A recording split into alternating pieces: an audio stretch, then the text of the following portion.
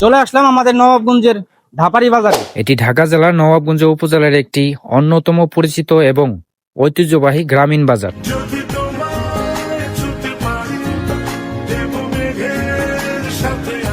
নবাবগঞ্জের অন্যান্য বাজারের মতন এটি ইছামতি নদীর পাশে অবস্থিত। ওপারে মেঘের ঘটা কোন কবি জলি ছটা মাঝে নদী বহে সাই সাই রে। এই ব্রিজের এপার বাজারের নাম ধাপারি ও ওপার বাজারের নাম গোবিন্দপুর। কাকা বেচাকেনি কেমন?